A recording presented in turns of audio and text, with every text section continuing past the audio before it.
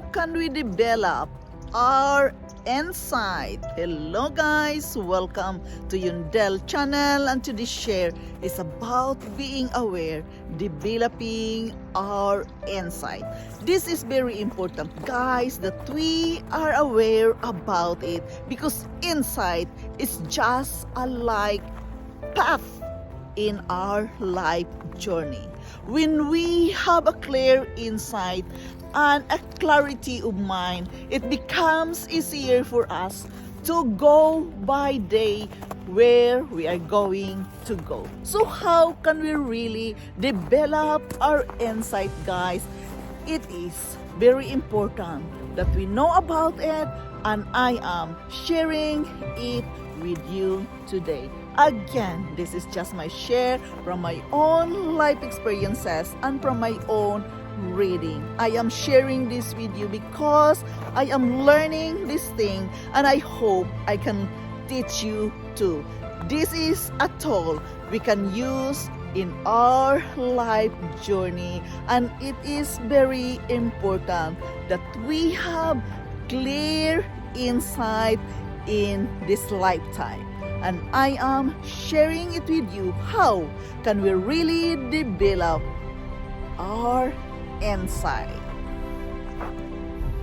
First of all, we must understand why self-insight is important, because this is the ability to empathize, facilitates better personal and professional relationships. When we are more self-aware, we are better at understanding ourselves. We are then able to identify changes we want to make and recognize our strengths so we can build on them. Self-awareness is often at first step to goal of setting. Self-insight generally implies the level of understanding that exists relative to the nature of one's self-system, like self-definitions, needs, goals, and attributes, while we are learning in this life journey. This is very important, guys, that we can be aware of our self-insight. Self-knowledge relates to the accuracy of introspection about these internal states and capacities. How can we really develop our self-insight? Is through practicing mindfulness meditation. Mindfulness refers to being present in the moment and paying attention to ourselves and our surroundings, rather than getting lost in thoughts or enumerating or daydreaming. It is very important that again I need to mention to you again, the journaling. Write it down. The key of our developing of our insight is knowing and writing it down. Write it down. Our key plans and priorities. One of the best way to increase our self-insight is to write down what we want to do and track our progress.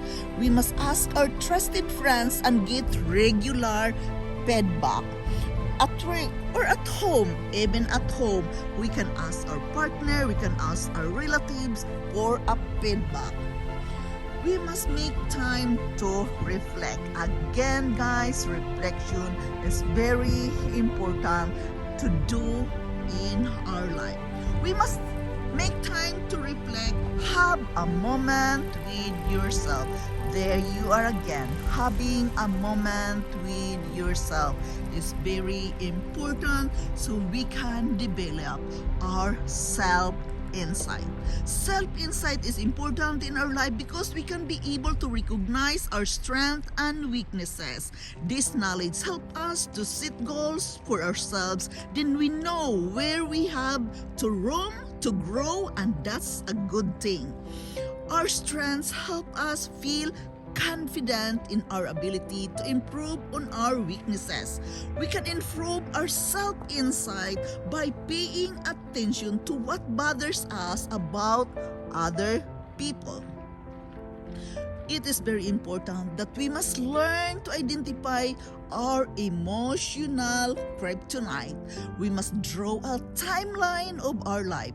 We must discover our blind spots by asking for feedback and taking it well. We must take constructive criticism and take it well, guys. Don't be offended when you get a negative feedback. There's a lesson to learn with that. Yes, guys, self-insight is important to develop because having an accurate sense of, knowing who we are and who helps us to decide what we should do to improve. Guys, our self-insight, when it is well developed, it's really help us to do the right decision for our life. Our self-insight will reveal a skills gap that we want to work on with our lives. Self-insights help us exploit our strength and cope with our weaknesses. Really, guys, this is very important to acknowledge that our self-insight will reveal a skills gap that we want to work on with our lives. From one thing to another, some other experiences in our life, guys, we have a self gap, and that must be acknowledged that we want to work on with our lives so we can move to the next level of our situation. Self-insight help us exploit our strength and cope up with our weaknesses. We all have weaknesses to face in this life, and it is not easy at all. But when we can develop our good insight, it becomes easier for us to reach the right decision in our life, what we really want to go.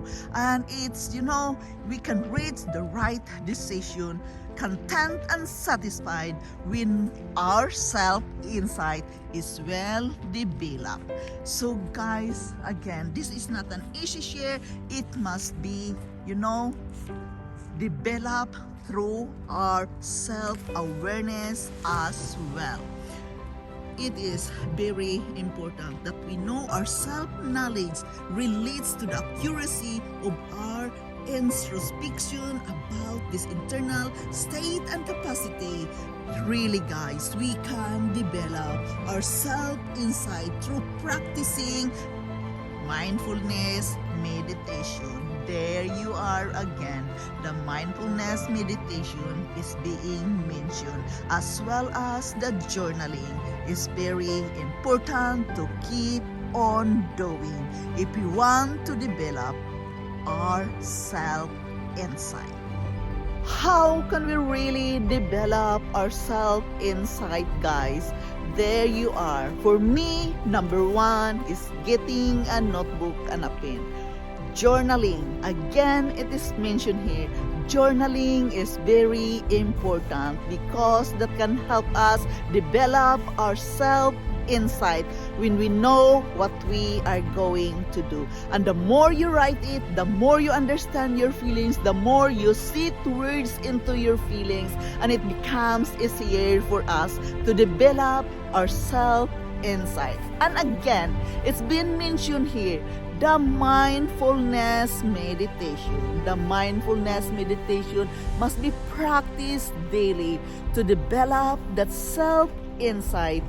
It's really help us a lot when we can silence ourselves, when we can practice being alone with ourselves. Again, the me time is very important. The me time, have a moment with yourself.